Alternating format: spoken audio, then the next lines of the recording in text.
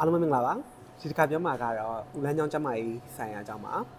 ကျွန်တော်တို့တွေမြန်မာစကားပုံမှာရှိရလေပါလဲဆိုတော့ဒီ one တစ်လုံးကောင်းရင်ခေါင်းမခဲဘူးဆိုတဲ့ကိစ္စလေအဲ့ဒါကလေအခုအချိန်စိတ်ပညာနဲ့ပေါ့နော်အခုတိုးတက်လာတဲ့စိတ်ပညာနဲ့ဆိုရင်ဘယ်လောက်တောင်မှန်ကန်နေလဲဆိုတဲ့ကိစ္စကလေတော်တော်အံ့ဩဖို့ကောင်းတယ်ဘာလို့လဲဆိုတော့ကျွန်တော်ခုနမှတတိချာဖတ်နေရပါတော့ကျွန်တော်မြန်မာစကားမှာအဲ့ဒါအရင်တည်းရှိရလေနော်ဘာလဲဆိုတော့ဒီ one တစ်လုံးကောင်းရင်ခေါင်းမခဲဘူးသဘောကတော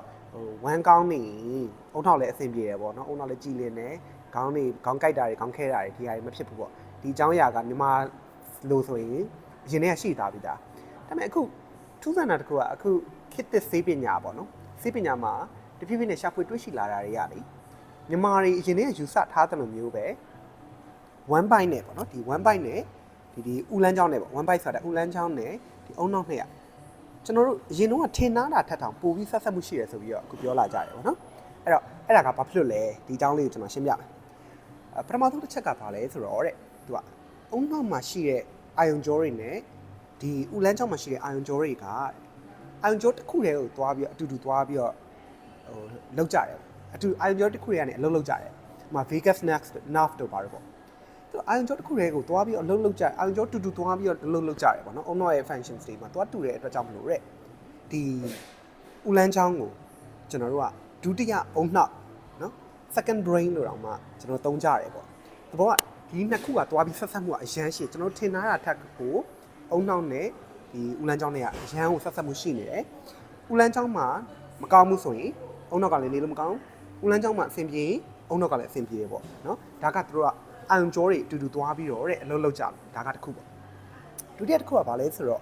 ့ကျွန်တော်တို့ရဲ့ဒီဦးလန်းချောင်းထဲမှာအကျိုးပြုဘက်တီးရီးယားဆိုတာရှိတယ်ဘက်တီးရီးယားတိုင်းကမကောင်းတာတော့မဟုတ်ဘူးတချို့ဘက်တီးရီးယားတွေကကျွန်တော်တို့အတွက်အရေးပါတယ်အကျိုးပြုဘက်တီးရီးယားကျွန်တော်တို့ရဲ့ခန္ဓာကိုယ်အကျိုးပြုတယ်ပေါ့နော်ဒီအကျိုးပြုဘက်တီးရီးယားတွေကဆီရိုတိုနင်လိုမျိုးဟော်မုန်းတွေထုတ်ပေးတယ်ဒီဦးလန်းချောင်းကနော်ဦးလန်းချောင်းဘက်တီးရီးယားဟော်မုန်းတွေထုတ်ပေးတယ်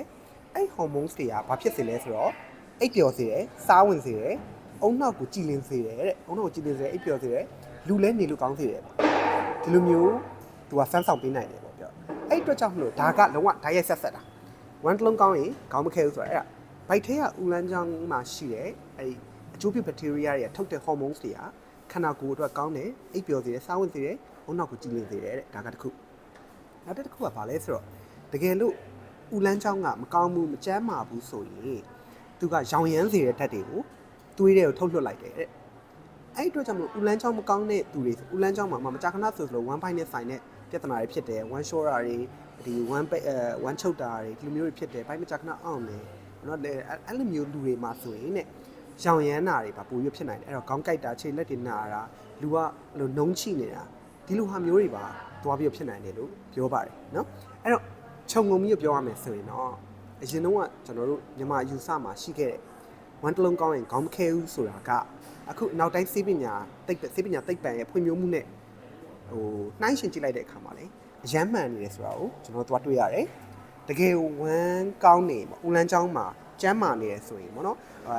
်ဦးလန်းချောင်းကျန်းမာတယ်ဆိုတာဘယ်လိုမျိုးနည်းလမ်းသိနိုင်လဲဆိုတော့ကျွန်တော်ခုနပြောသလိုပဲဝမ်းပြတ်ဝမ်းလျှော့တာတွေတိတ်ပြီးမဖြစ်ဘူးကြာခဏဆိုဝမ်းချုပ်တာတွေမရှိဘူးတနေ့ကိုမှန်ဝမ်းသွားတယ်ဝမ်းသွားတဲ့အခါမှာလည်းကောင်းတယ်ပေါ့ဒီလိုမျိုးရှိတဲ့သူတွေမှာတဲ့အုံနောက်ရဲ့ဖွံ့ဖြိုးမှုလည်းပိုကောင်းတယ်အုံနောက်ရဲ့ clarity ပေါ့ဥပမာခေါင်းကိုက်တာတွေခေါင်းခဲတာတွေလူကနှုံးချိနေတာမျိုးတွေလည်းမဖြစ်ဘူးအိပ်ပျော်တယ်စားဝင်တယ်ကိုခါအားကောင်းစေတယ်ပေါ့နော်ခုနပြောတဲ့အုံနောက်အပြင်ကိုသူကကိုခါအားကိုလည်းကောင်းစေဒါကြောင့်မို့လို့ကျွန်တော်တို့ကမှန်ကန်တဲ့အလေးချင်းနဲ့ဦးလန်းချောင်းရှိခြင်းကဦးလန်းကျမ်းမာတဲ့ဦးလန်းချောင်းရှိခြင်းကအုံနောက်အတွက်ကောဒီကိုယ်လုံးခန္ဓာကိုယ်ရဲ့ကျမ်းမာရေးအတွက်ကောရန်ရေးကြည့်ပါတယ်အဲ့ဒါကြောင့်ကျွန်တော်တို့ကသတိထားရမယ်ပေါ့နော်အဲ့တော့ဦးလန်းချောင်းဘယ်လိုသတိထားရမလဲအထူးသဖြင့်တော့ရှင်မြတ်တော့နော်ရှင်မြတ်တော့ပြီးရွက်များစားအသားနီတွေနော်အသားနီတွေရှော့စားမယ်နောက်တစ်ခုကဒီဥကိုထိခိုက်စေတဲ့စစ်လေးတောက်တာအရက်တောက်တာတွေကို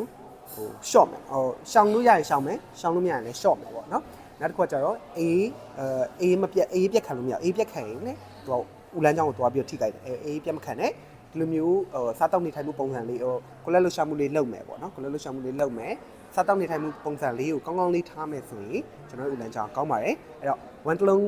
းကောင်းရင်ခေါင်းမခဲဘူးဆိုတာတကယ်မှန်ပါတယ်အဲ့အတွက်ကြောင့်မလို့ဦးလန်းချောင်းကိုကျန်းမာအောင်နေထိုင်ခြင်းအပြင်ခန္ဓာကိုယ်တစ်ခုလုံးကျန်းမာရေးအတွက်လည်းရန်ထောက်ကူဖြစ်စေပါတယ်